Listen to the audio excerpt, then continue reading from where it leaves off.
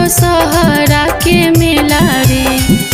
हमरा संगही में घूमबी की अकेला रे।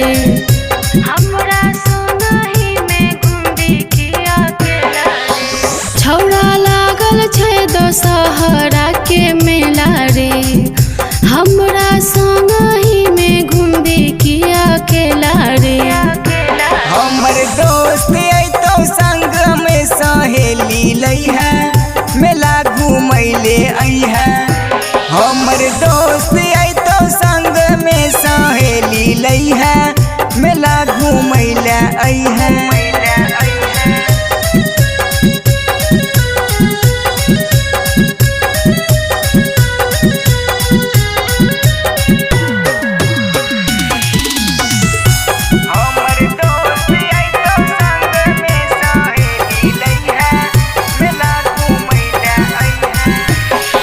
सहेलिया संगे रहतौ त हो जैतौ लीला रे।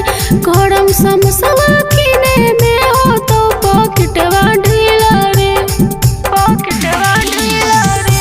किन देबौ सूट नीला नीला तोरा घूमेबौ समस्तीपुर जिला। संगे रेल बनैबौ के डर लागे कुछो हो जैतै झमेला रे।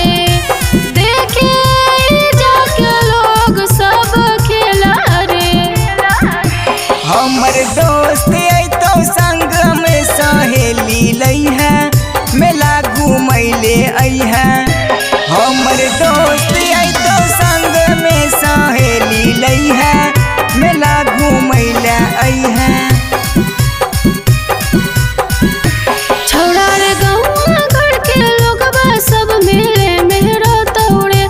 हमरा तोरा संगे देख के सबे मजा उड़ेतौ रे। मजा उड़ेतौ रे। किन देबौ सूट नीला नीला तोरा घूमेबौ समस्तीपुर जिला। संगे रेल बनैबौ के डर लागे कुछ हो जैतै झमेला रे।